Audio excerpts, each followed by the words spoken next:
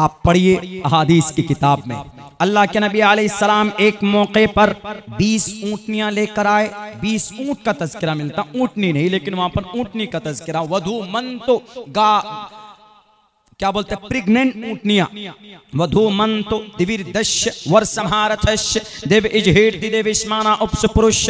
अल्लाह के नबी 20 ऊँट लेकर आए और किसी वजह से आपको कोई काम आया, आप फौरन उठे और चले गए। आपका जो खादिम था, आपने अपने खादिम से यूं कहा कि बेचो, ये कीमत है, लेकिन ये ऊंट है, ये लंगड़ा है, इसका पेट टूटा हुआ है, इसकी कीमत इतनी रखना। तो वो आप अलैहिस्सलाम चले गए, वो खादिम भूल गया, फरोख्त कर दिया। एक साहिब आए, उन्होंने कहा कि मोहम्मद इब्न अब्दुल्लाह के ऊँट यही है। कहा मुझे फरोख्त करो। सबको बराबर कीमत में बेच दिया। आप अलैहिस्सलाम आए, फरोख्त किए, जी कितनी कीमत हुई, रकम दिखाओ। हिसाब करके दिखाया, कहा कि कम होनी चाहिए, 50,000 क्यों एक्स्ट्रा है, एग्जाम्पल क्यों ज्यादा है, उसकी आधी कीमत होनी चाहिए, क्योंकि उसके पैर के अंदर फ्रैक्चर था, डिफॉल्ट था, वो लंगड़ा था, वो उसको कम कीमत में बेचना चाहिए था। उन्होंने कहा अल्लाह के नबी, उन्होंने कहा कि मोहम्मद इब्न अब्दुल्ला, मैं भूल गया था, मुझे नहीं मालूम था। ए मोहम्मद, उन्होंने कहा कि बेवकूफ हो तुम, नाराज हुए आप और कहा कि बैठो। बिठाया और लेकर गए ढूंढने के लिए। किधर से आया था, कहाँ का था, जी यमन का था। वो गए, एक दिन चलने के बाद उस काफिले को पाया। पाने के बाद ये कहा कि ये ऊंट आपने किससे खरीदा, किसका ऊंट है? उन्होंने कहा कि हमने मोहम्मद इब्न अब्दुल्लाह का ऊंट समझकर इसको खरीदा। वो थे नहीं, उनके गुलाम से खरीदा, यही गुलाम था। कहा कि इसमें से एक ऊंट लंगड़ा है, आप आधी कीमत ये वापस लीजिए, या एक काम कीजिए, वो ऊंट हमको दे दीजिए, बाकी 19 लेकर जाएं। उसके पैसे वापस आप अलैहिस्सलाम ने कर दिए। उन्होंने कहा कि मोहम्मद इब्न अब्दुल्लाह, आपकी अमानत का तज़किरा, आपकी दयानतदारी का तज़किरा हमारे यमन में बहुत है। मैं भी गुलाम हूँ, मुझे मेरे मालिक ने भेजा है, मुझे मेरे रहबर ने भेजा है, और 3 दिन से मैं इस इंतजार में हूँ, इस मेले में, इस मार्केट में, कि मोहम्मद इब्न अब्दुल्लाह का प्रोडक्ट कब आएगा, उनके ऊंट कब आएंगे कि मैं खरीदूं। अमानतदारी के साथ मैं 3 दिन से इंतजार में था।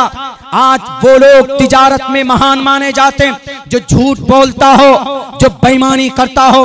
तिजारत एक रोल मॉडल आपको मिल सकता है नबी की जिंदगी में। आप अलैहिस्सलातु वस्सलाम ने ये सबक दिया दुनिया वालों कि अगर तुम दुकानदार हो, अगर तुम्हारी दुकान में कोई चीज खराब है तो ग्राहक को फौरन उसके बारे में वजाहत करो कि ये चीज, इसके अंदर ये कमी है, मैं इसकी इतनी कीमत लूंगा। लेकिन नहीं जनाब, आप सेब की शॉप पे जाइए तो जो अंदर से खराब होगा उसको ऊपर से जनाब उसी के ऊपर लेवल लगा करके बेचते हैं। दुनिया के अंदर लोगों को धोखा दे सकते हो, मरने के बाद जब तुम्हारी वो पूरी मेमोरी चालू होगी, ला युगादिरु सगीरतन वला कबीरतन इल्ला हसाहा, तुम्हारा एक एक अमल लोगों के सामने रखा जाएगा, तो ताजिरों उस वक्त कहां जाओगे?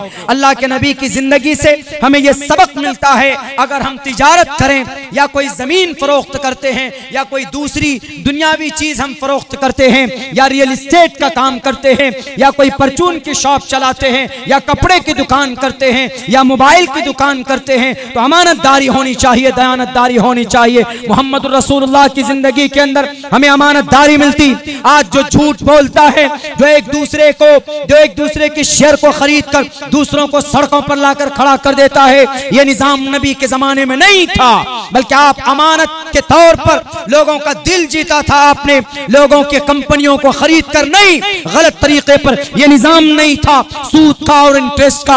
आज तो जनाब जो जितना बड़ा दलाल हो, जो जितनी बड़ी दलाली करता हो, जो जितना बड़ा ब्रोकर बन जाता हो, उसको उतना बड़ा महान बिजनेसमैन माना जाता। कामयाब नहीं हो सकते। वक्ती तौर पर तुम्हारे पास दौलत आ सकती है, देखो अल्लाह तबारक व तआला दुनिया में दिखाता है कि नहीं दिखाता।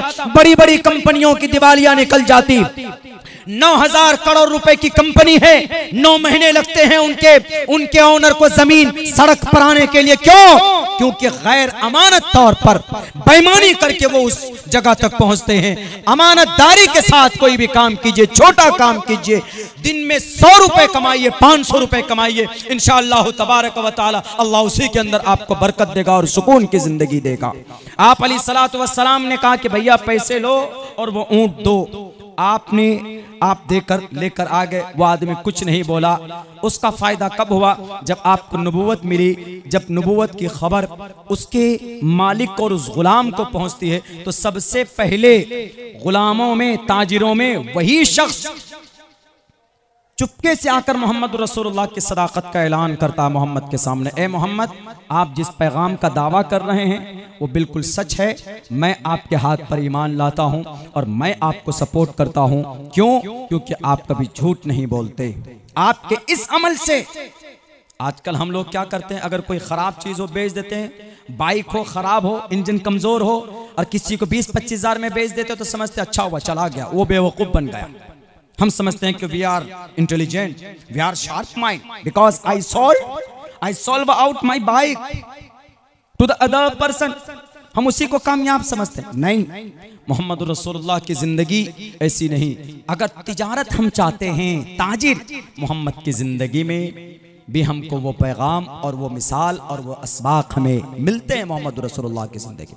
क्या चाहते हो मोहम्मद रसूलुल्लाह की जिंदगी में? क्या बनना चाहते हो जो हमारे नबी नहीं? बहादुर बनना चाहते हो? रेसलर बनना चाहते हो? साइंटिस्ट बनना चाहते हो? शार्प माइंड बनना चाहते हो? मोहम्मद रसूलुल्लाह पर जो कलाम नाजिल हुआ, जो कुरान उतरा, उसको पढ़ो।